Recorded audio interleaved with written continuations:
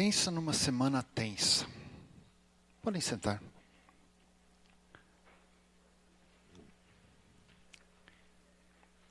No domingo, acontece algo muito especial. Jesus resolve, depois de um tempo, resolve entrar na capital, em Jerusalém. Preparado tudo, os discípulos vão à cidade, buscam um jumento. Não era um cavalo branco, não era algo onde que o foco estivesse no animal, mas o foco estava naquele que estava entrando em Jerusalém. Jesus, sobre aquele animal entrando e as multidões ali começando a saudá-lo, reconhecendo que era esse Jesus que poderia salvá-los, que poderia resgatá-los, restaurá-los, eles felizes da vida. Jesus entrando e eles lançando diante dele as suas roupas,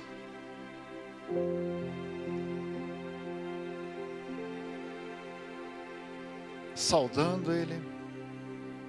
Bendito que vem em nome do Senhor. Não era qualquer um que estava entrando ali, era o Redentor. Quando eles diziam Hosanas, eles estavam reconhecendo: este é o que nos vai salvar. E passando aquele fervo todo, Jesus, ele vai até o templo, encontra aquela balbúrdia dentro daquele templo.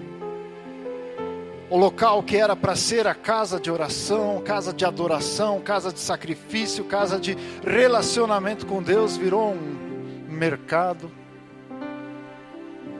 Falava-se de tudo, de cotação do dólar, falava-se de ações, falava-se de tudo, mas não se falava de relacionamento com Deus. E aí Jesus diz: não, a casa do meu pai será chamada casa de oração. E faz uma limpa ali. E o pessoal deu olho nele. Durante a semana, foi uma semana de muitos confrontos. Até mesmo na entrada, os fariseus chegavam para Jesus: Jesus, que bagunça é essa? Fala para esses teus discípulos aqui que eles fiquem quietos. Para que esse griteiro todo? E Jesus, com toda a sabedoria, dizendo assim: se eles calarem, as pedras vão gritar. Eu ainda estou para falar sobre isso. E as pedras gritaram depois. Chega no templo, claro que as pessoas tinham aquelas que se escandalizaram com Jesus. E durante a semana, os fariseus fariseus, saduceus, os escribas, começavam a tentar achar alguma coisa em que eles pudessem engatar, porque esse Jesus já estava atrapalhando eles. Jesus estava estragando o negócio deles, poderíamos dizer. Não combinava. Jesus, sabendo de tudo isso, em algum momento ele diz: nós estamos nos aproximando da Páscoa. E naquele momento os discípulos pensavam a respeito da Páscoa dos judeus, sim, a saída do povo do Egito, e pensavam em toda aquela ceia que precisava ser preparada. E Jesus diz: vão lá e preparem essa ceia. E eles diziam assim: mas Jesus, nós não temos onde preparar, nós nem sabemos aonde fazer isso, nós não temos um local, como fazer isso? Jesus disse: vão lá até o centro, observem tal pessoa, ela vai estar de tal forma, vocês seguem essa pessoa vai entrar no cenáculo, vocês vão atrás e dizem: nós queremos preparar a ceia do Senhor.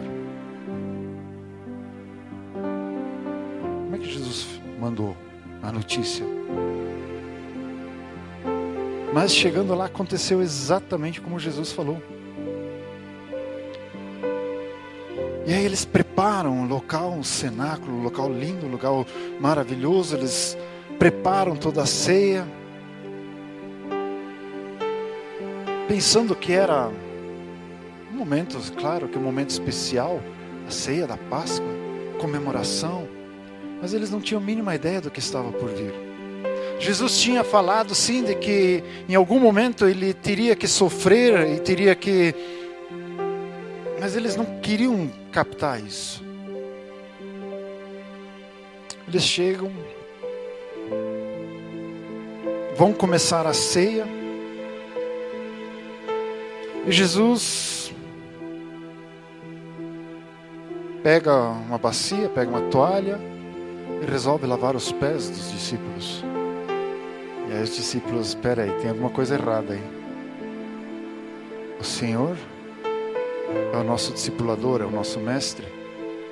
Nós que deveríamos ser os servos, então nós deveríamos servir o Senhor. Jesus diz, não, deixa eu ensinar vocês algo. E ele começa a lavar os pés de um, lavar os pés do outro. Pedro, impulsivo, primeiro dizendo, não Senhor, o Senhor não vai fazer isso, nem pensar. Aí Jesus disse, se você não permitir que eu lave seus pés, você não tem parte comigo, você não tem comunhão comigo. Aí Pedro já impulsivamente de novo, então lava tudo. E Jesus diz, não, você não entendeu. É os pés. Isso Jesus mostrando qual era a função para o que ele veio e qual era a função para o que ele estava delegando os discípulos, que era para servir as nações, não para comandar, não para falar de cima para baixo, não, e sim servir e assim influenciar e mudar todas as nações. Na sequência toma ceia e de repente naquela ceia sempre ficava um cálice e um pedaço de pão sobrando na ceia, porque sempre existia aquela ideia de que algum dia Elias iria voltar, pelo que prometia a palavra de Deus, e eles achavam que seria daquela forma. Então em cada casa tinha um cálice e tinha um pão, e eles celebravam a ceia, e tudo que acontecia naquela ceia tinha seu significado. A própria questão de que Jesus estava liderando aquela ceia, em si, Jesus não podia, porque ele não era um pai de família, ele não era alguém que tinha esse direito, a não ser que ele estivesse fundando uma nova família, a família dos filhos de Deus, onde ele era o representante maior, que podia fazer isso sim. E aí, terminando a ceia, e aquele copo e aquele pão, e Jesus pega aquele pão, e ele diz, queridos, esse pão representa o meu corpo, que eu vou dar por vocês. Quando vocês comerem esse pão, talvez agora vocês não entendam exatamente do que eu estou falando, mas daqui a alguns dias vocês vão entender. Ele distribui o pão, cada um come um pedaço daquele pão, depois ele pega o cálice, e aí ele diz, esse cálice é o sangue da nova aliança. Quando ele fala esse termo, nova aliança, deve ter caído uma ficha do tamanho de um prato. Porque aí eles entenderam que na realidade aquilo que eles estavam esperando por todos aqueles séculos, que eles estavam esperando a vinda desse Elias, de repente de uma forma diferente, mas agora Deus estava cumprindo a promessa dele. Que ele estava resgatando um povo, ele estava restaurando um povo que de certa forma estava vivendo em trevas, estava vivendo oprimido. E aí eles pensaram, agora sim, então agora vai acontecer. Agora nós vamos viver aquilo que nós pensamos até esse momento, e começa a dizer: Jesus, deixa a gente sentar à tua direita, à tua esquerda. E Jesus, talvez coçando a cabeça, dizendo: calma aí, daqui a pouco vocês vão entender. E como era costume, depois de eles cearem, eles saíram, foram até um jardim chamado Getsemane, tradução do oleiro, do óleo espremido. E Jesus diz assim: eu gostaria muito que vocês orassem comigo. Levou os discípulos até uma parte, pegou mais outros 3, foi adiante, pediu: agora aqui, vocês ficam aqui, orem, porque vocês vão precisar. E ele vai mais adiante, começa a orar. E os textos bíblicos nos falam que a oração de Jesus foi tão intensa, que suas gotas de suor se transformaram em gotas de sangue. Aquela intensidade, a ponto de ele chegar para Deus e dizer: Deus, se é possível, afasta de mim esse cálice, mas acima de tudo seja feita a tua vontade e não a minha.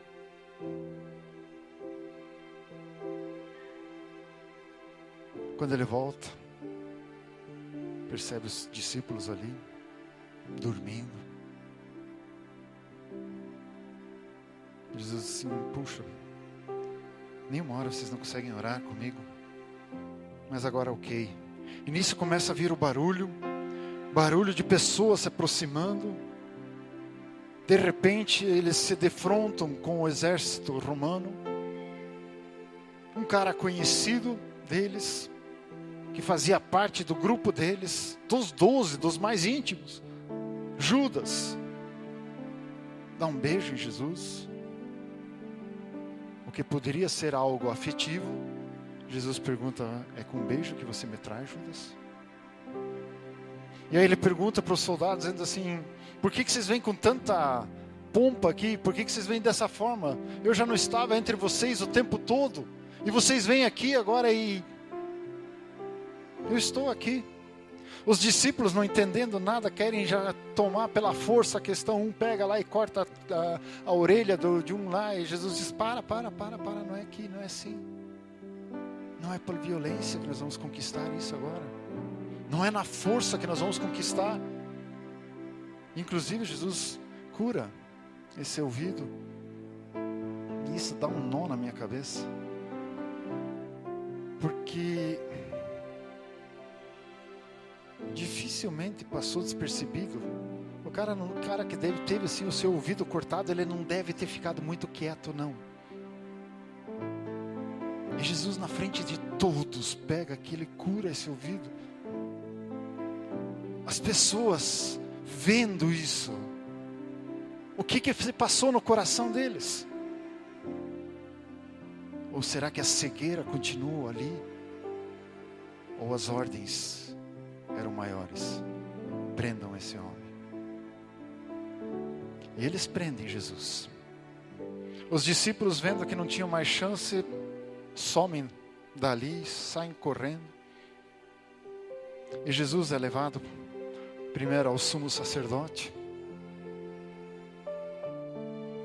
Depois ele é levado a Pilatos. Depois ele é levado a Herodes. Volta para Pilatos. Nenhum deles consegue de alguma forma ter alguma acusação que traga substância suficiente para condená-lo. Não havia o que condenasse Jesus. E os fariseus e os saduceus, e eles ali ficando cada vez mais desesperados: temos que fazer alguma coisa, esse Jesus tem que morrer, ele tem que sair daqui, ele tem que sair de circulação. O que fazer? E aí começam a inventar, começam a falar um monte de coisa e não conseguem. Pilatos diz: eu vou açoitá-lo e depois eu libero ele. Eles: não, crucifica ele. E quando eles não conseguem acusar Jesus, eles apelam para o bril de Pilatos. E eles dizem: Pilatos, se você não mandar crucificar Jesus, você vai perder o teu título de amigo de César. E se você souber bem, o último que perdeu esse título morreu de morte morrida. Pensa bem. E aí Pilatos, naquela situação, ele lava as mãos e diz: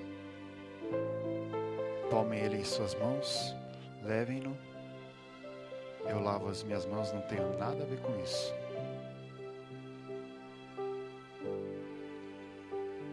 Depois de muito açoitado, depois de chicotadas, depois de varadas, depois de ser colocado uma cruz de espinho na sua cabeça,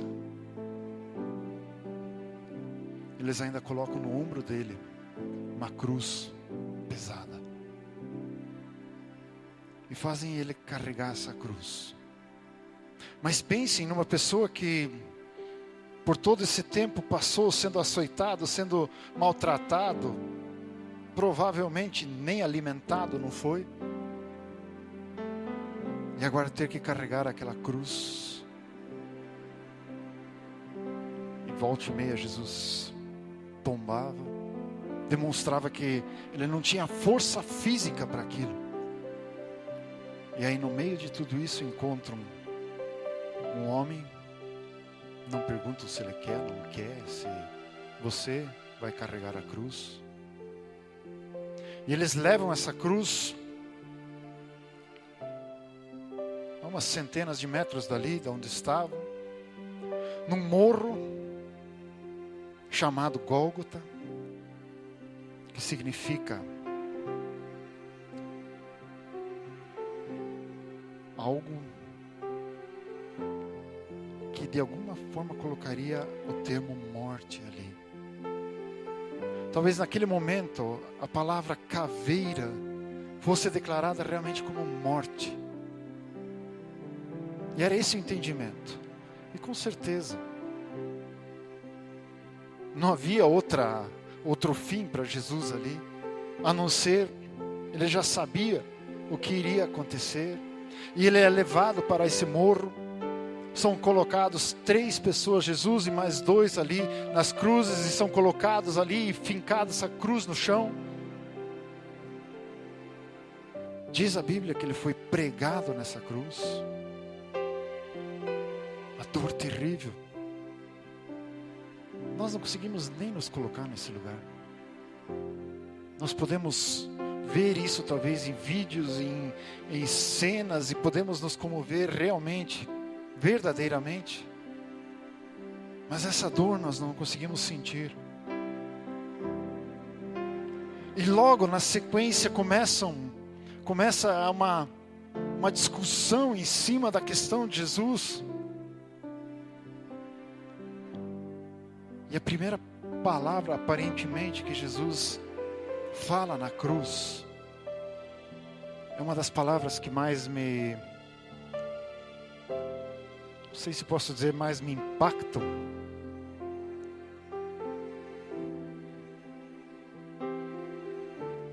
Mas que eu não sei se você e eu teríamos forças para falar uma frase dessa. Quando Jesus diz: Pai, perdoa-lhes, porque eles não sabem o que estão fazendo. Já na sequência, os dois bandidos estavam ali, condenados também. E um já começa, junto com o povo, a acusar Jesus e falar mal, e o outro começa a defender. E aí ele diz: Jesus, lembra-te de mim. E novamente Jesus, naquele seu amor, naquele momento de, a gente podia falar de se nós estivéssemos ali de desespero, angústia, Jesus diz: ainda hoje, eis que te digo, ainda hoje estarás comigo no paraíso. E aí mais algumas frases que Jesus vai falando durante esse tempo, enquanto as pessoas começavam a dizer: se você é esse que você está dizendo que você é, então desce daí e mostra. Mostra que você é esse Todo-Poderoso, desce daí.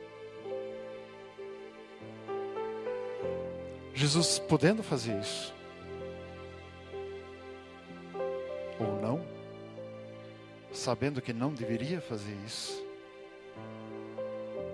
ele diz, permanece ali,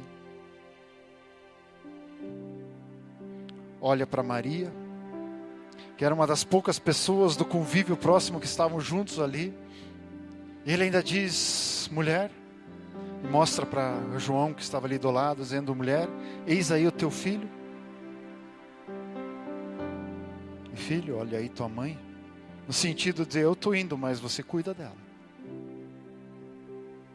Cuidando de tudo. Queridos, mas nós não podemos esquecer que ele estava pendurado na cruz fazendo isso. E aí vem aquele momento de escuridão, onde que entendemos que Jesus toma a posição daquele, o que no Antigo Testamento era o bode expiatório, que era aquele que levava a culpa, e como se toda a nossa culpa, queridos, não adianta dizer a culpa dos outros, é a nossa culpa, como ela toda caiu sobre Jesus. E nesse momento, aquela escuridão, e Jesus percebe que daquela forma, nem o Pai podia mais ficar ali. E ele diz: Pai, meu Pai, por que me desamparaste?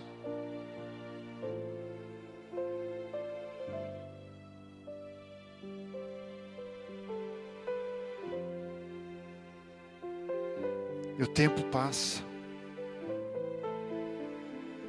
E as pessoas olhando com receio, porque até eventualmente uma eclipse, ou sei lá o que eles poderiam pensar que fosse naquele momento. De repente Jesus, de novo, simplesmente diz: tenho sede.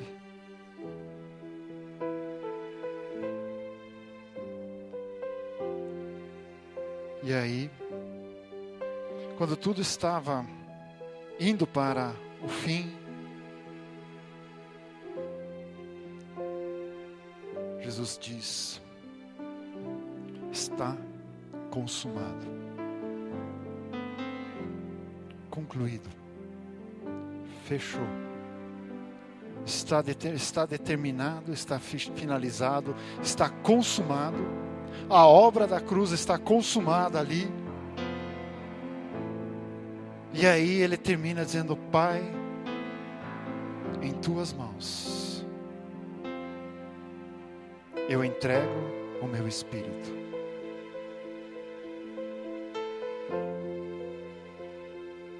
E nisso ele morre. Até essa morte foi um milagre, porque pelos cálculos, eles até os soldados, eles vieram lá porque estava para começar a Páscoa e eles não queriam ter que mexer com os cadáveres na Páscoa, então eles iriam forçar a morte, eles iriam quebrar a perna, iriam fazer alguma coisa para adiantar essa morte. E quando eles chegam ali, eles deparam com Jesus morto.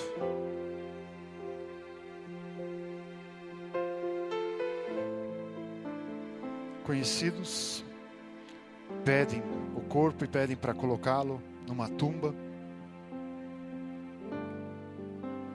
Nós não sabemos geograficamente muito bem aonde que é tudo, mas aparentemente a tumba era muito próxima do Calvário ali, do Gólgota. E eles colocam Jesus ali, como era a Páscoa, e eles não podiam mexer muito mais adiante, simplesmente fecham a pedra. E os romanos, que não tinham problema com isso, saem correndo e dizem: olha, nós precisamos cuidar porque nós ouvimos que os discípulos disseram que ele ia ressuscitar, então eles provavelmente vão querer roubar o corpo, então nós temos que fazer alguma campana ali para não acontecer. E aí o governo manda colocar um corpo da guarda ali e passa seu sábado. Um sábado de silêncio,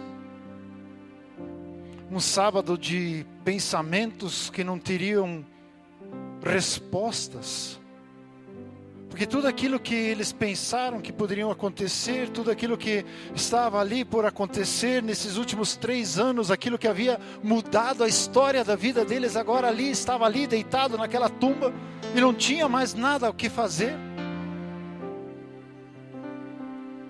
Eu imagino que aquele sábado tenha sido um sábado mais comprido da vida deles, sem respostas, sem saber para onde ir, sem saber o que fazer.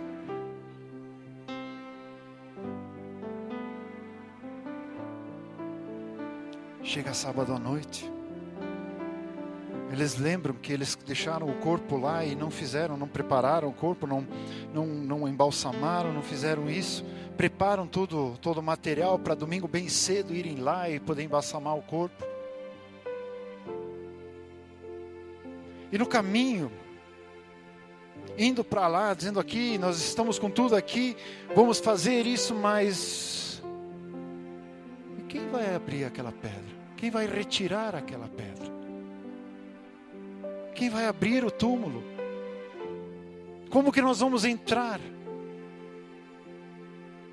Porque para eles ainda estava tudo fechado e morto.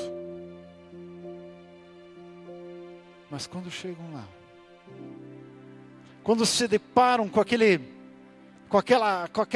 gruta, com aquele espaço que deveria ter uma pedra na frente, que deveria estar fechado, lacrado, eles olham e: o que é isso? Quem tirou essa pedra? O que aconteceu? E eles olham lá para dentro e aquele corpo não está mais lá.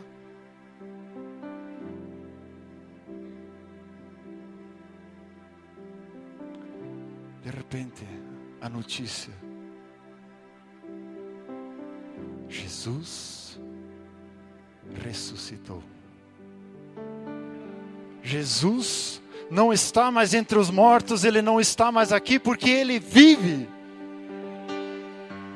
E as mulheres, sem pensar, largaram tudo, saíram correndo, porque vamos avisar os discípulos. E quando avisam os discípulos: opa, do que você está falando? O que é isso? 2 saem correndo, Pedro e João. João era pelo jeito mais rapidinho, correu na frente. Imagina se chegou perto e deu aquela parada estratégica na frente: eu não vou entrar aí não. Pedrão entra lá, olha, vazio. Mas até aquele momento, o que significava isso? E aí, temos a história de uma mulher que ainda não tinha entendido o que estava acontecendo, e estava ali chorando, estava ali sem saber para onde ir, e de repente aparece uma pessoa perto dela, e ela, pensando que era o jardineiro, ela diz: para onde que vocês levaram o corpo de Jesus? Não interessa que ele está morto, mas eu quero esse corpo.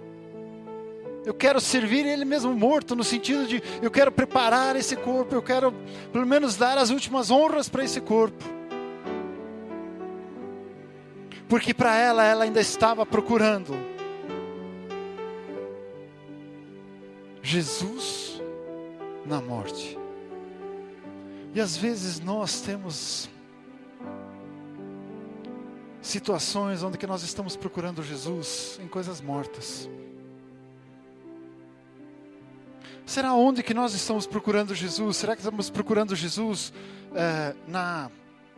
talvez poderíamos dizer, na teoria teológica? Será que estamos procurando Jesus nas boas ações, para fazermos coisas boas, para merecermos a salvação? Será que nós estamos procurando Jesus no mero ritual de irmos para a igreja? Será que estamos procurando Jesus no vazio? Onde estamos procurando Jesus?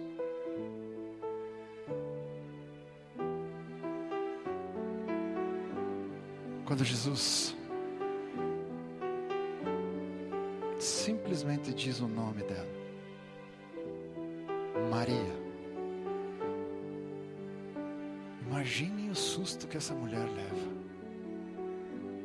porque essa maneira de chamar, só tinha uma pessoa que sabia fazer isso.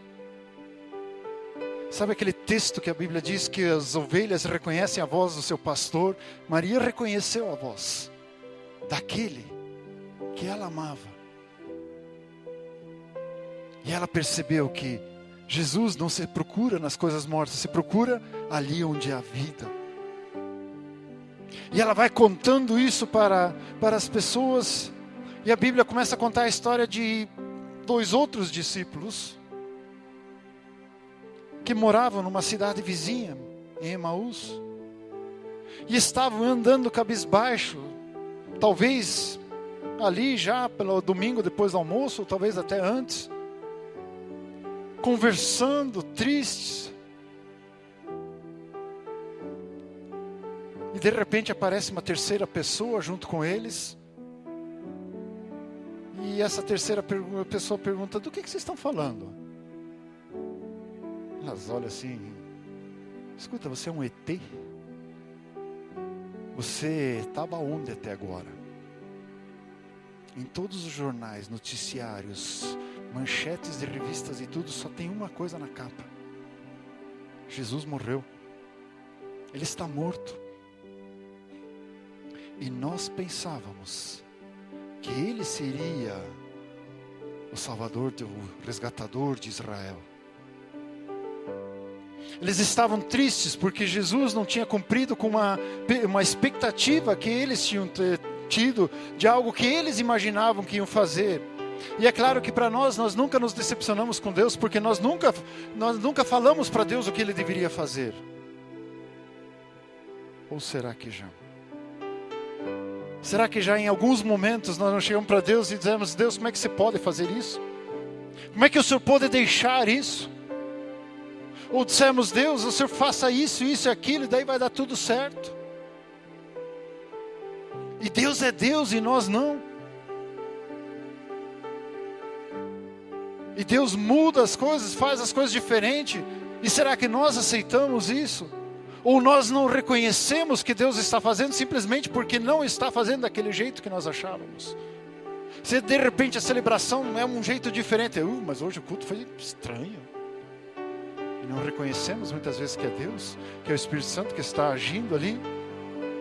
Muitas vezes em nossas vidas nós queremos alguma coisa e aquilo parece que está travado. E aí fazemos outras coisas e aquilo flui e não reconhecemos. Jesus foi ensinando eles. Ele diz: preste um pouquinho atenção na história. E começou a contar a história do Antigo Testamento. E eles ali escutando, ouvindo, e nem perceberam o caminho que já tinham andado, e chegaram praticamente ali na cidade deles, numa encruzilhada, onde que Jesus fez como se fosse para um lado e eles para o outro, dizendo: Jesus, fica conosco. E eles não sabendo que era Jesus ainda. E aí eles celebraram a ceia. E quando Jesus agradeceu pelo pão, entregou para eles, os olhos como se abriram e eles perceberam que era Jesus. Jesus, vivo entre nós. E nessa que um olhou para o outro dizendo: Ele está vivo. Quando olharam de volta já não estava mais lá. Mas a essas alturas, creio que nunca fizeram aquele caminho de Emaús a Jerusalém tão rapidinho como naquela vez. Saíram correndo de volta e foram falar para os discípulos. E quando chegaram os discípulos e falaram, estavam bem, outros estavam relatando, e eles: nós vimos esse Jesus. E aí dentro daqueles tinha aquele um que dizia assim: Só acredito vendo. E não só vendo, colocando meu dedo ali onde que havia o furo do prego.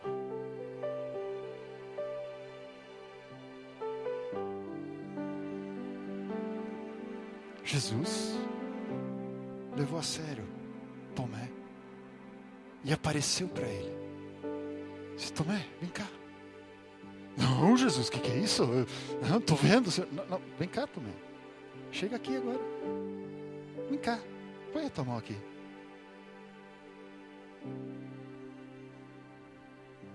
E ele pôs. E aí Jesus diz: você está crendo agora porque você está vendo. Mas felizes são aqueles que crerão, mesmo não vendo. E aí tem aquele texto que diz que sem fé é impossível agradar a Deus, porque aqueles que se aproximam dele precisam reconhecer que ele existe e que ele é galardoador. Hebreus 11:6. Estão percebendo que Jesus, ele se revela diante daqueles que tinham talvez falsas expectativas, talvez falso entendimento, talvez até dúvidas. Mas Jesus em nenhum momento ele deixa esses para trás, ele se aproxima, ele se revela a eles. Mas tinha um ainda. Tinha um que cada vez que Jesus aparecia depois da ressurreição, provavelmente ele ficava meio assim.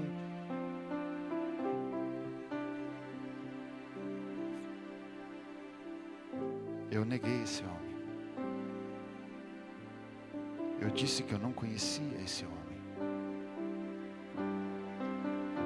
A tal ponto de que Pedro, numa altura, ele já não sabia mais o que fazer. Ele falou: eu vou pescar.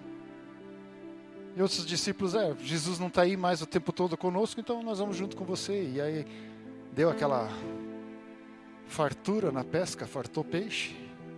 Não conseguiram pegar nada.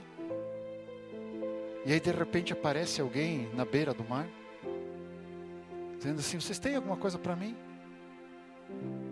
Imagine os pescadores frustrados, tristes porque pela perda daquela proximidade com Jesus o tempo todo, e mais tristes porque parece que aquilo que ainda eles sabiam fazer não sabiam mais.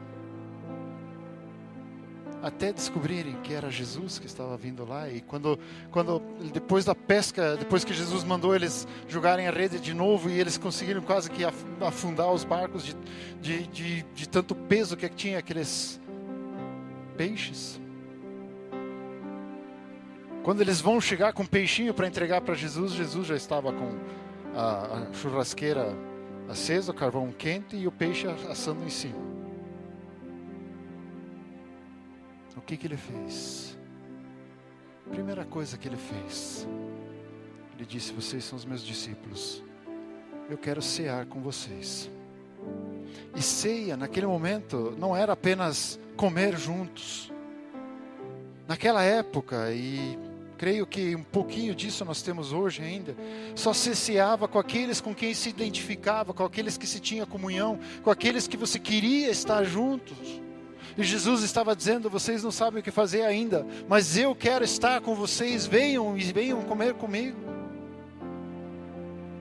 Mas ainda, Pedro estava ali com aquela questão engasgada. Eu neguei Jesus. E aí Jesus se revela a Pedro também. Ele chega e diz: Pedro, você me ama? Pedro: claro, Jesus, claro que eu te amo. Então pastorei as minhas ovelhas. Ok?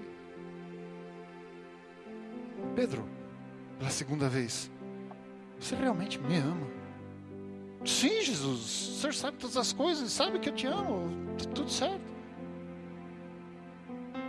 Mas quando Jesus pergunta pela terceira vez, 3 vezes que ele tinha negado, aquilo caiu tão fundo no seu coração. Ele baixa a cabeça e diz: Jesus, o Senhor sabe, Eu te amo. Talvez ali ele estivesse esperando um sermão de meia hora. Jesus diz: o teu chamado, ele continua de pé. Você continua sendo aquele que eu escolhi para ser pescadores de homens. Você continua sendo o mesmo que eu chamei há muito tempo, apenas que agora está com o coração, a mente diferente. Mas o chamado sobre a sua vida eu não retirei. Queridos, nós estamos seguidamente perguntando o que significa a ressurreição de Jesus na nossa vida. Seguidamente. E às vezes eu penso, graças a Deus, Deus foi tão amoroso com a gente, tão maravilhoso com a gente, que Ele não restringiu a nossa comemoração da Páscoa apenas a uma vez por ano. Talvez uma vez por ano nós pensamos de uma forma especial em todo o contexto, mas muito mais do que uma vez por ano. Toda vez que nós tomamos a ceia, nós estamos celebrando a Páscoa. Se é uma vez por mês, se é 2 vezes por mês, se quantas vezes for, nós podemos celebrar a Páscoa a cada vez que nós tomamos parte na ceia, porque ela fala justamente disso. Do momento que Jesus se entregou na cruz, do momento que Ele morreu por nós, derramou o seu sangue, e que hoje nós temos a liberdade de estarmos na presença de Deus Pai em todo momento. Podemos celebrar, podemos alegrar. Mas o que eu gostaria de colocar como uma pergunta ou uma reflexão para cada um de nós: qual a importância dessa ceia em nossas vidas? Desse momento, não do cálice, não do pão, não dos... mas daquilo que isso representa na nossa vida. Será que nós nos encontramos em algum desses 4 ou mais grupos que estavam com expectativas erradas e estamos procurando Jesus em algum lugar que Ele não está? Ou será que nós já reconhecemos que Jesus vive e vive em nós? Que Ele é nosso Salvador e Senhor, que Ele é aquele que mudou a nossa vida, que restaurou a nossa vida, que sem Ele nós não podemos fazer nada, sem Ele nós não somos nada, sem Ele não podemos ir em lugar nenhum, porque se Ele não tivesse lavado a nossa vida, tivesse lavado o nosso pecado, tirado o nosso pecado, nós ainda estaríamos fazendo sacrifícios de animais hoje para tentar buscar o favor de Deus, para que de repente Deus fosse favorável, e hoje não. Nós temos essa liberdade de chegarmos a Deus Pai a cada momento. Eu gostaria de hoje convidar você a tomar parte dessa ceia, pensando em tudo isso, lembrando que esse Jesus morreu por você e por mim, que esse Jesus transformou a tua e a minha vida, que esse Jesus, não importa o meu pensamento, Ele vai se revelar a mim de alguma forma, e se eu aproveitar o momento, eu vou conhecê-lo cada vez mais. Eu vou me relacionar cada vez mais com Ele. Queridos, essa ceia hoje, que ela seja especial. Não só porque ela cai no dia da Páscoa, mas porque ela cai no nosso coração.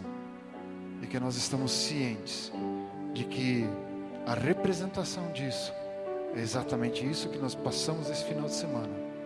Mas que é muito mais do que apenas uma representação. É algo que é real na nossa vida. Não que Jesus esteja morrendo por nós, mas que nós aceitamos o sacrifício de Jesus na cruz. É isso que eu gostaria que cada um de nós tivesse essa certeza hoje. Jesus morreu por você e por mim. E hoje nós podemos estar na presença de Deus Pai. Gostaria de convidar a todos a ficarem em pé. Nós queremos passar para a ceia agora. E você que realmente crê nisso, crê que esse Jesus é o teu Senhor e Salvador, eu quero te convidar a fazer parte dessa ceia. nós queremos celebrar, queremos realmente nos alegrar, porque esse Jesus está vivo. E é Ele que faz toda a diferença na nossa vida. Nós vamos fazer o seguinte, esses dois blocos vêm pelo meio, vêm para cá. Aquele bloco vem pelo canto e vai voltar por aqui. Esse bloco vai voltar por ali e esse bloco vai voltar pelo canto. Se der trombada, você aproveita e abençoa teu irmão e diz para ele: Feliz Páscoa, porque o teu Senhor vive. Eu ia até torcer para que desse algumas trombadinhas aí. Eu convido os pastores a prepararem a mesa. Mas querido, comece a agradecer no seu coração. Comece a declarar para você: sim, esse Jesus está vivo. Ele vive. É Ele que faz toda a diferença no meu coração. Comece a agradecer a Deus. Comece a louvar a Deus. Comece a exaltar esse Deus. Comece a reconhecer que é Ele que faz toda a diferença na sua vida. Comece a declarar o teu amor a Ele. Comece a declarar aquilo que você conhece dEle, sente nele. Comece a falar o que Ele representa para você. Comece a exaltar o nome de Jesus.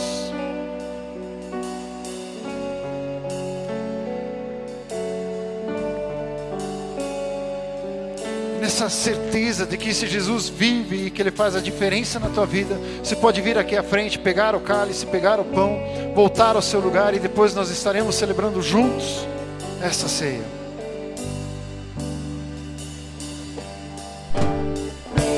Enquanto espero em ti, sou levado.